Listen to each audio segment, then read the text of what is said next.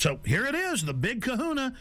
This is just one section of these, training the troops, training the infrastructure, creating the larger cadres to expand the archipelago of gulags.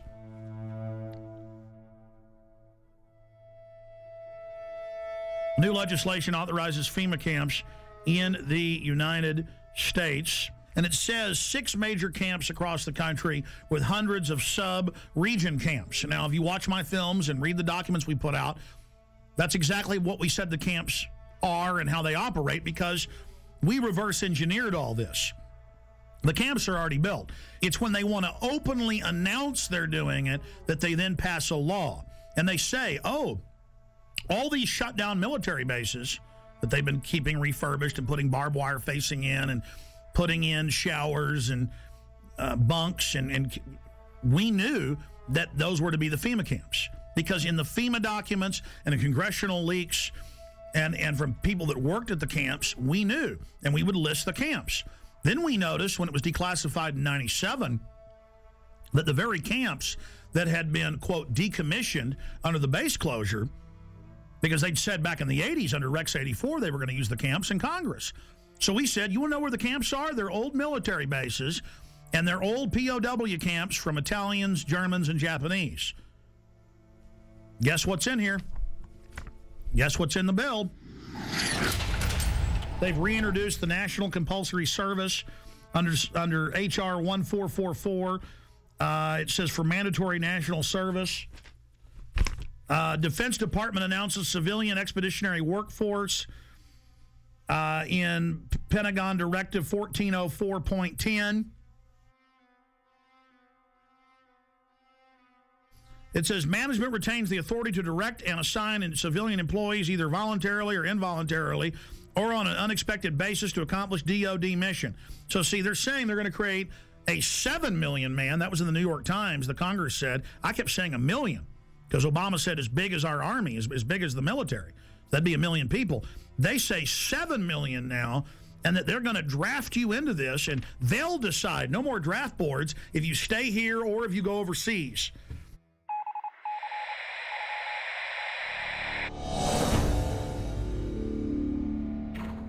But this just broke. I just showed you the earlier terror training manual saying those that talk about the Constitution are terrorists and are a danger to police, those that are in Second Amendment groups. Here is the MIAC strategic report, and this is 2/2009, the modern militia movement. And they mix in here people that believe there's 9 FEMA regions, people that believe there's a NAPTA superhighway, and they show the official NAPTA superhighway map the government put out. Doesn't exist. Those that don't want RFID chips being planted with them, and they mix it in then with white supremacists and others, and they say, we want you to understand the terrorist symbols. It's don't tread on me flag of the Founding Fathers. You know, the flag of the Founding Fathers, all of it. We're going to go over this. This is amazing. They say in there that there is, no such thing as a New World Order banking takeover, as hundreds of newspapers a day say there will be a new bank of the world that you pay carbon taxes to. It just doesn't exist. You're insane terrorist if you believe it. I remember my grandfathers, and it was normal just when you were at the dinner table, or even my dad, to explain how governments work and how history worked, and they taught the military. You don't have the military on the streets, and we're here to defend the Constitution, Bill of Rights, not what the president says if it violates that. And we've gone from that now to a strategic report, 2/2009, the modern militia movement. And then they mix gun owner groups, pro-gun groups in with white supremacists. They say those that believe in a new world order. These theories vary, but most always involve a globalist dictatorship. They show, and I'm putting on screen right now, official North American Union SPP maps that have been on CNN of how they're going to have every major highway be an international toll road from Mexico up into the deep north of Canada. And they just say it doesn't exist. These people are insane. I mean, this is a high level of PSYOP, isn't it, Gerald Celente? Well, that's the way they always do things. They lump them all together, and it's one size fits all. I have a question. Do you believe that the military will fire on its people? they're going to stage riots, and then it's going to look like, oh, they stopped the riots. It's reasonable to set the precedent. Like, oh, we do have FEMA camps for medical care and where you can stay. You know, the troops are here to help at car wrecks. That's how they're rolling it out. And I believe that, I think the way they're going to manipulate the military, I think a lot of them are going to fire on U.S. citizens. Because that's a question we're going to pose in the Trends Journal in the next edition. And I happen to agree with you. They'll stage riots. We always see these people that they call anarchists that always have black, always have dressed in black and have masks on. They've been caught being police sorry, go ahead. No, exactly. No, I agree with you. And I think that they are going to fire on the people, unfortunately. No, don't shoot me, please! Don't shoot me! I haven't done anything! Don't shoot! In this training manual that's going out to police everywhere in the country, it has a, don't tread on me flag. It shows America, freedom to fascism, and the film Zeitgeist in it. We just showed that, and shows it next to the Turner Diaries, which was a white supremacist thing about killing police. So see how they do guilt by association. I mean, this is just off the charts, and this was sent to me by the Missouri Information Analyst Center. A police officer sent it to me. That's where they got it from. And I've seen these in Texas versions and others. It's the same thing, but they're updating it. I mean, how do they say none of this exists and then mix in mainstream things that are happening with white supremacists and tell police that people are dangerous if they're into this? You're watching Police State 4, The Rise of FEMA. I wanted to take a little break out to explain the history of the Police State documentary films. In 1999, in 2000 and 2001, I made the seminal Police State films that were a viral success on the web and on VHS and DVD. Fast forward 8 years later, it's all come true. Not because I have a crystal ball, but because I'm looking at government documents, I'm looking at the facts, I'm looking at their own white papers. If we can expose the FEMA camps and the executive orders and the shadow government, their system will fail. I've made the film, Police State 4. It's now up to you to get it out to everyone you know. And yes, we need your support. We offer and promote the fact that they're free on YouTube, Google, and thousands of other video sites. We put them out for free. But we do ask you to give us the seed money, the support to run our websites, to do the syndicated radio show, and to make future films. So if you want this documentary in the best quality available and to have the expanded extras, please visit Infowars.com and purchase Police State 4, The Rise of FEMA. You can call toll-free, 888-253-3139. You can visit Infowars.com or PrisonPlanet.com. If it hasn't been blocked in your country yet, many have. You can also write to us at Infowars, P.O. Box 19549, Austin, Texas 78760. PrisonPlanet.tv is a better tool than ever in the info war.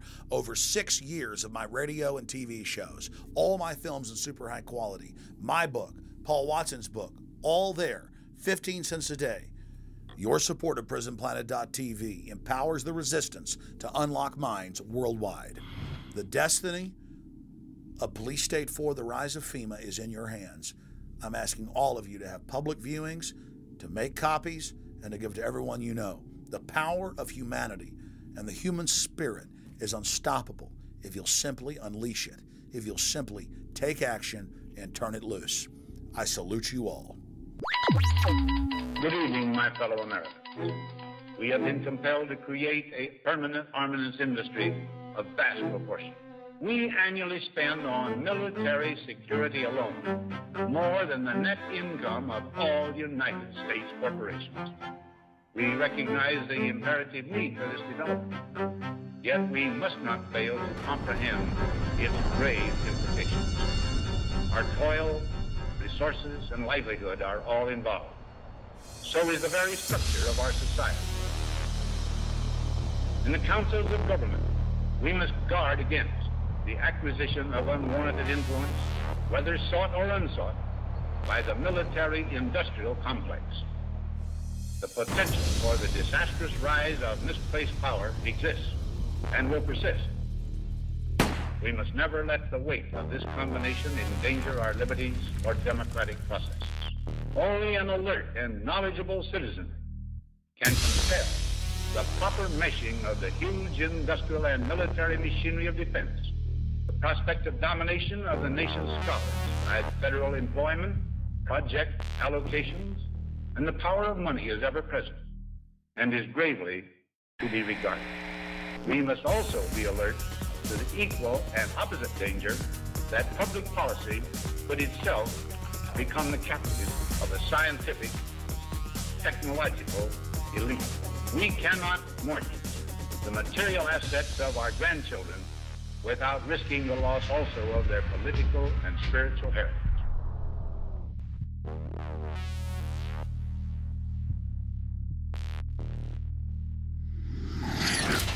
Well, I think terrorism is being practiced on the residents of the city of Oakland because many of the retired teachers, retired military people have informed me that they understand what's going on, and it's not anything that relates to humanitarian training whatsoever.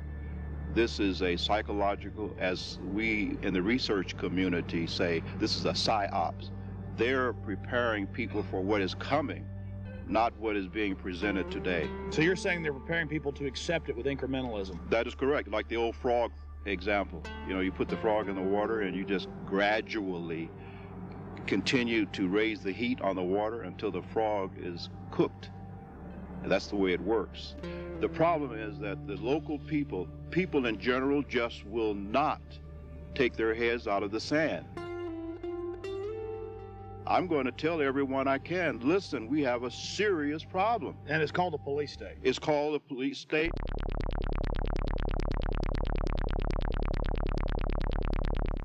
Let's go ahead and get to this. I mean, you want to see, you know, what goes with FEMA camps like a horse and carriage. Troops, militarized police, training with the Army to take over your cities and towns. Let's go ahead and play this YouTube clip, Martial Law is Coming, from News 7 at 11. The scenario was a fake, but the pepper spray and billy clubs used to break up this riot were definitely real. Good evening, I'm Miranda Stevens. Whether it's terrorism, riots, or any major disaster, local agencies will be the first to respond. That's why Roanoke City wants its disaster training to be as real as possible. Jeremy Butterfield has more. It's supposed to look like a riot, and the scene at William Fleming High School had all the elements. I'm one of the rioters that the guard and the police force had to take down and arrest, and did very successfully. In this scenario, everyone has a role to play. The rioters were ready to fight back as Roanoke Police, Roanoke Fire, local National Guard troops, and members of the Virginia Defense Force secured perimeters and moved in to make the arrests. Prior to 9/11, these organizations couldn't communicate and did not work together. They worked to support each other, but not together. And with the recent events of the last 3 to 5 years, we've become very good at working together, which is very important. Of course, these weren't real rioters. The rebels in T-shirts were all members of one of the participating agencies, but you couldn't tell that during the exercise. If you weren't protected by an orange vest signifying you as an observer, you were in danger of being hit by eggs, bottles, billy clubs, or even the occasional well-placed round from a sniper. We try to make this very real, give a real feel to it. We had the fire department provided some live burning out here, so we had smoke, flames, objects being thrown, a lot of chaos. There's going to be a lot of chaos in a civil disturbance situation, and that's what we want to try to incorporate as much as possible. Teamwork plays a major role. Mountain Police had to coordinate with the fire department, while National Guard troops marched in formation toward the rioters. Without cooperation throughout all the agencies, the rioters would have quickly taken control. I think everybody learned a little bit.